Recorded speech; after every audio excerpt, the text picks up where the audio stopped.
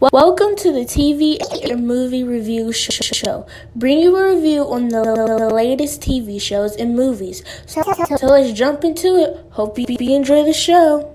When we was growing up, we wanted to be like Young Boys Incorporated. All them dudes had money, women, clothes, and fly whips. But more than anything, they had respect.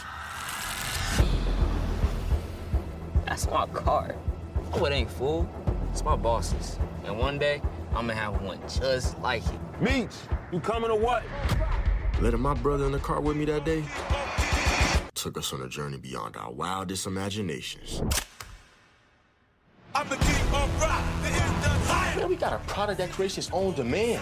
As long as we got my vision and your brains, I won't stop rocking till I retire. can't nobody mess with us, man. Everybody in the game knows the risk. Getting arrested, robbed, or even killed is part of it. The rules always been the same. Ain't no other way. And the competition thickening. You tell him that Lamar Silas is back in town. The good Lord thanks you for that benevolent offering, brother. So you a policeman now? Because them men need weapons to do their job. What kind of job you got? You need a gun. It's not like that. Then what's it like, Demetrius? A mother's love can only go so far. Nobody gave nobody shit in this country, T. They didn't give us our freedom or the right to vote. We had to fight for that shit. It's the same way as us fighting for our independence in this game, man. So what you saying? We're gonna be kings, T. Kings of the mother... D. Hello everyone, I am your host Jazzy929 and this is my movie and TV review show. Today I'm going to be reviewing the well-awaited TV show BMF. This is the first season and episode 1, titled Touch It and Obtain It. Stars include Demetrius Jr., Russell Hornsby from Lincoln Heights, Steve Harris from Diary of a Bad Black Woman, which I loved him in, and Asian Alexis. I enjoy her character in Empire, so I am sure she's going to bring a lot to this series. BMF is a crime biodrama about two brothers in the 80s from Detroit, Michigan. Demetrius and his brother Terry, also known as Big Meech and Southwest T, escape a life of low poverty. They decide to learn and master the drug game, and they form one of the well-known drug and money laundering organizations. This show was released September 26, 2021. You can find this show on Stars. It airs on Sunday nights at 9 p.m. Filmed in Detroit, Michigan, developed by 50 Cent, two other production companies involved with the series that stood out for me was G-Unit and Lionsgate. I would have to say that I like movies that they have been involved with before, like Get Rich or Die Trying and All Eyes on Me. See it, touch it, obtain it. We saw that all through this episode, so that was a great title for this. Lucy and Charles are the parents of the two main characters of the show. They have a loving family. They have 3 children. They live check to check to get by, and this brings dysfunction into their home. But it is seen that the love they have for each other is what keeps them afloat.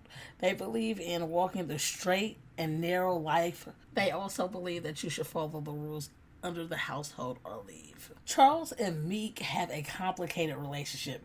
Terry and Meech are two close brothers. Meech is the flashy one with the athletic past. He sometimes bumps his head with his father because he desires a better life for his family, even if this means getting his hands dirty by making this happen. And he's not the one to back down to intimidation. Now Terry, on the other hand, he is a mind over matter type dude at times. He's an honor roll student. He looks up to his brother Meech. Quick to pull a gun type dude. Enjoys being a father, but does not enjoy the presence that is sought out by a father sometimes. The actors did amazing. This was a well-awaited show that everybody wanted to see due to the history behind it. Demetrius Jr. played his father, Big Meech. He did a good job for his first appearance in a film, and he looked amazing. I actually seen some pictures of him at the premiere of this show, and that boy was short from head to toe. I think that a lot of ladies will enjoy watching him this season. Wood Harris is a woman's dream, and everything he touches, he makes look good. So therefore, at this time, he is my favorite character. Now, he plays a character named Pat. He is a old school boss with swag that views these two boys as if they're his own. I can't wait to learn more about this character. His brother Steve Harris also plays in the show as Detective Bryant.